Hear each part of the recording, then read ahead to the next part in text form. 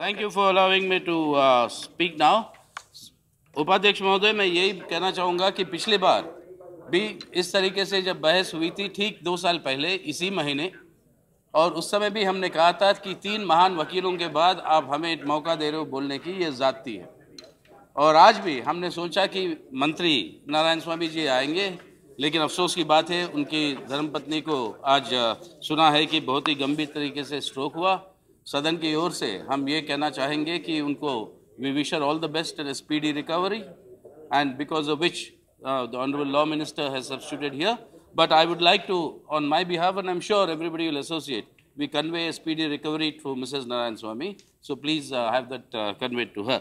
लेकिन इस दिक्कत के बावजूद सर यही कहना चाहूँगा कि 2 साल पहले इस चर्चा में हमने यही कहा था कि पहले बताइए, देवानंद साहब की एक गाना मेरे को याद आ रहा था कि कहीं पे निशाने कहीं पे निगाना, या कहीं पे निगाहें कहीं पे निगाहें कहीं पे निशाना। और वो सही साबित हुआ। ठीक 12 बजे उस समय पूछ रहा था आपसे कि 12 बजे को क्या करेंगे, आपने जवाब नहीं दिया। 12 बजे को स्थगित करके आप उठ गए। आप माने चेयर की बात कर रहा हूँ कि आज वो नौबत ना आए, निशाना वही हो और निगाहें भी वही हो। तो आज हम चाहेंगे कि ये बिल जो है ये पारित हो, और इस पारित होने के लिए मैं बधाई देना चाहता हूँ सत्यव्रत जी को और उनकी नहीं, एक और गाना ये याद आ रहा है जिसके बारे में मैं कहूँगा। और अफसोस की बात है कि प्रधानमंत्री महोदय है नहीं, उन्होंने हमें अर्थशास्त्र सिखाया था उसी संस्था में।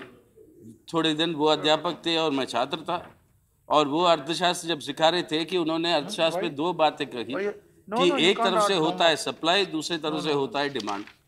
आज लोकपाल की बात हम कह रहे हैं कि देश के अंदर भ्रष्टाचार पर रोक लगाएंगे, तो भ्रष्टाचार के डिमांड के ऊपर रोक लगाएंगे, उसके लिए पूरे प्रावधान आपने बनाया, उसके बारे में मैं आऊंगा। लेकिन भ्रष्टाचार के सप्लाई के बारे में आप चुप है। आप सप्लाई के बारे में काहे चुप है भाई, बताइए।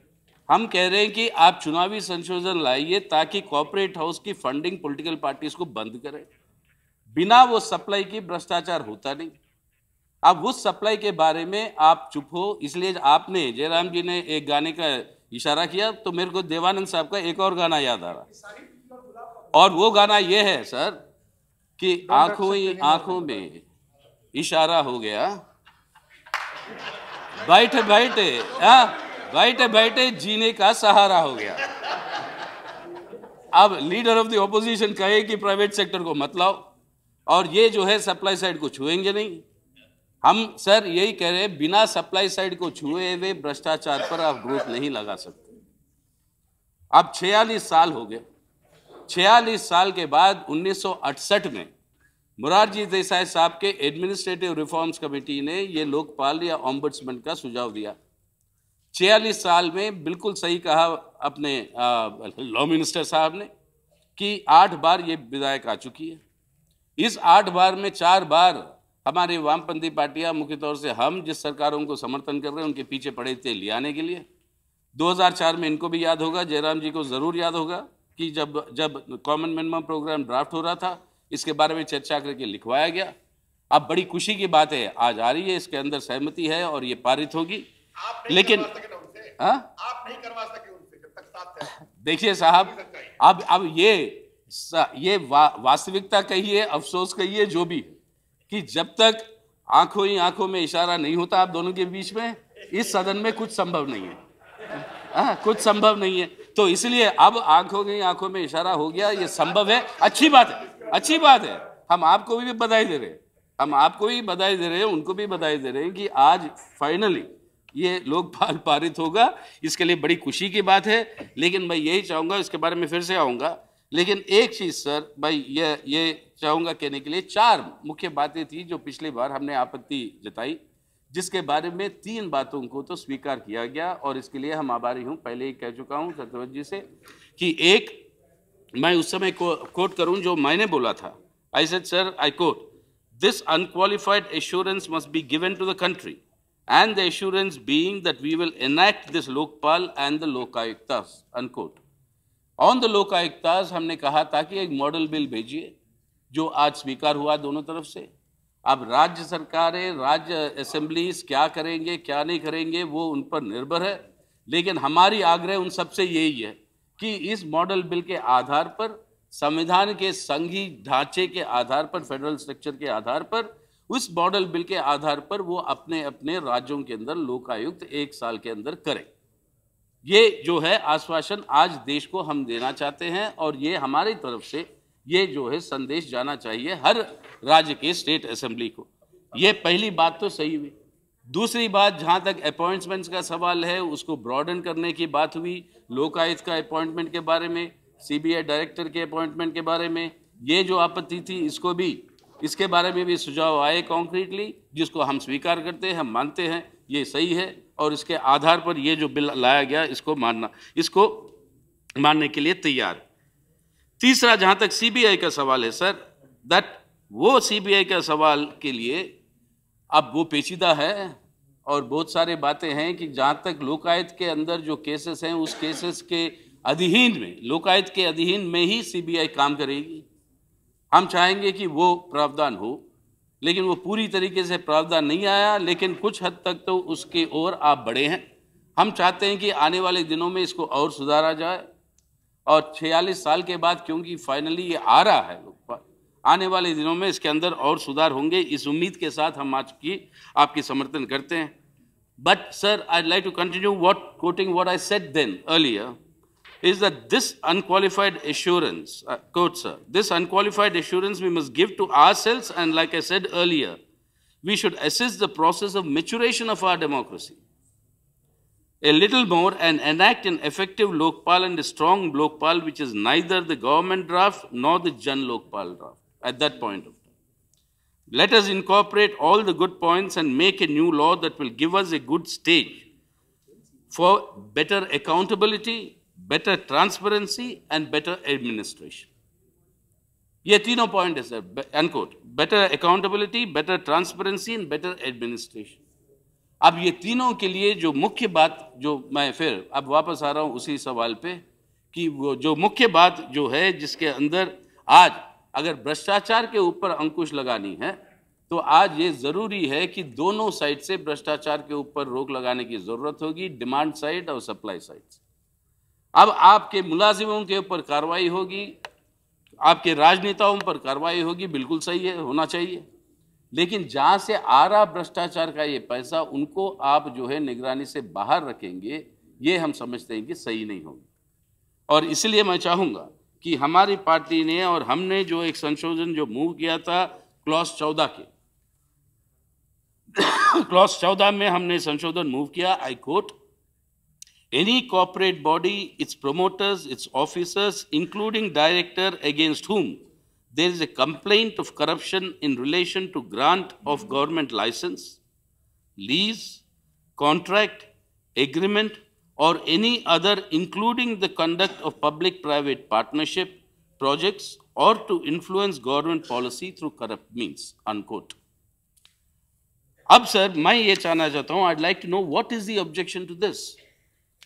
We've heard the Honorable Leader of the Opposition, who said bringing into the ambit of the Lokpal all the private agencies, etc., would be, one, unmanageable, two, a gross interference into their democratic rights and their privacy.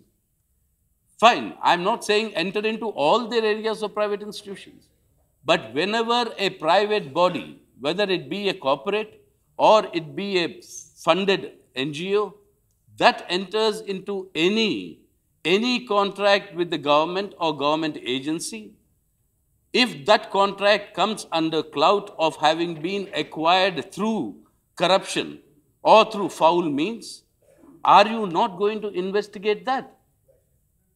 How can you keep that out of your ambit? How can you have a Lokpal that will not investigate a private body that indulges in corruption in order to obtain a license? How are you keeping that out of your ambit? And this, sir, is a very serious matter, and I think, and if you are really, like we said, if you are promising a better accountability, better transparency, and a better administration, this is a serious lacuna that cannot be allowed to go unnoticed and unattended and unaddressed. तो इसलिए मैं चाहूँगा सरकार को कि हमारे ये संशोधन को वो माने, और इस स्पिरिट में माने कि ये संशोधन कोई इंक्रोचमेंट नहीं है प्राइवेट कॉर्पोरेट्स का या प्राइवेट एजेंसीज का, प्राइवेट बॉडीज का काम करने से। वो बेशक काम करें अपने संवैधानिक अधिकारों में, उनका बेशक अपना अधिकार रहेगा, उसकी पूरी की पूरी रक्षा ये संसद करेगी, ये कानून करेगा। लेकिन जब वो सरकारी काम के लिए अपनी टेंडर देते हैं, उनको जो कॉन्ट्रैक्ट जो मिलता है, अगर उसके ऊपर कोई आरोप है तो उस आरोप की जांच लोकायुक्त के तहत होनी चाहिए, वरना देश के अंदर eliminating corruption at high places is not possible. तो इसीलिए मैं कह रहा हूं कि आखिर 46 साल के बाद अगर आप फाइनली ये कानून ला रहे हैं, और लाने की हमारी उम्मीद यह है कि आज आपके बदौलत फिर दोबारा 12 बजे तक नहीं चलाओगे आप आज सदन, और उससे पहले ही ये पारित करोगे, और वहां पर अचानक उठ के स्थगित मत कर देना सदन को। हाँ, ये मौका फिर नहीं मिलेगा, फिर 2 साल और अपने इंतजार करनी पड़ेगी। आप जो है इस बार जो करोगे, मेरी आग्रह आप सबसे यही है कि इस पॉइंट को आप कंसिडर करें। आप पीपीपी का सवाल, पब्लिक प्राइवेट पार्टनरशिप कहते हो आप, पब्लिक प्राइवेट पार्टनरशिप, मेरा ये मानना है कि it is private use of public funds. वो अलग बात है, आप इसको माने या ना माने, मतलब ये हमारी रुझान है। लेकिन पब्लिक प्राइवेट पार्टनरशिप जब होता है, ये पब्लिक एस्पेक्ट को जब प्राइवेट इस्तेमाल करता है, क्या उसके अंदर जांच की जरूरत नहीं है जब भ्रष्टाचार होती है? अब सीएजी के रिपोर्ट्स आए पीपीपी में, सीएजी के रिपोर्ट्स आए आपके प्राइवेट पार्टनर्स के बारे में जो आपके एयरपोर्ट चला रहे हैं।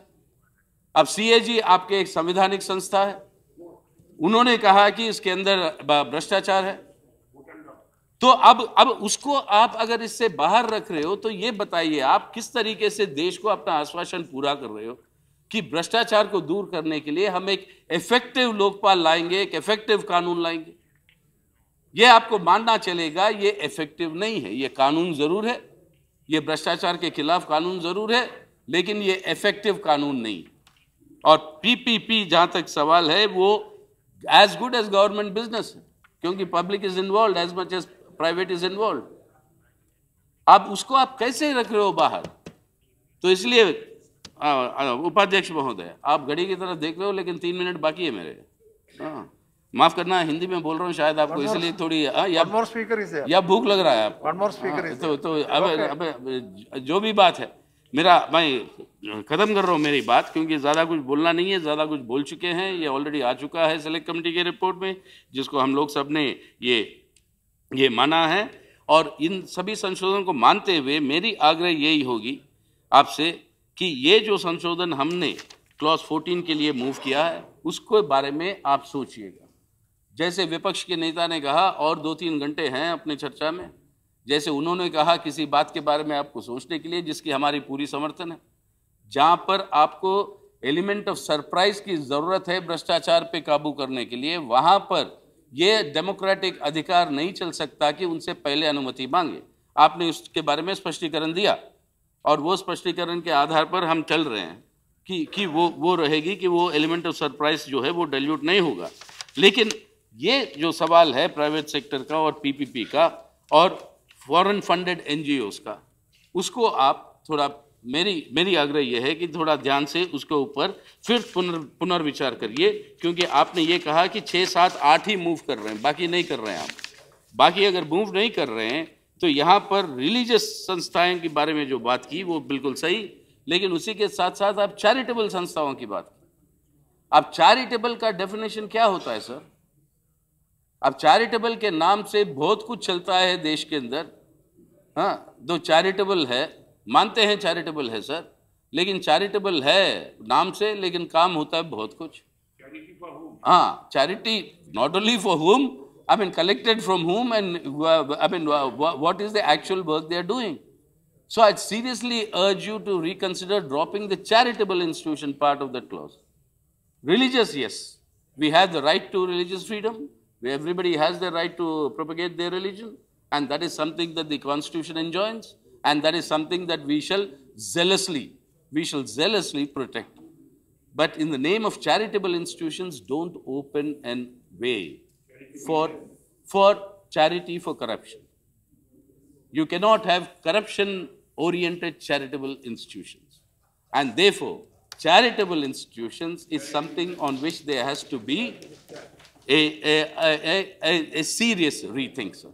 So therefore, I would urge the government to consider these two important omissions that have been left behind in this bill after all these deliberations that took place for the last 2 years. One, please bring into ambit the corporate sector.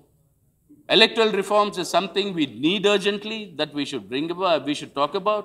Citizens' Charter, the leader of the opposition said, absolutely correct.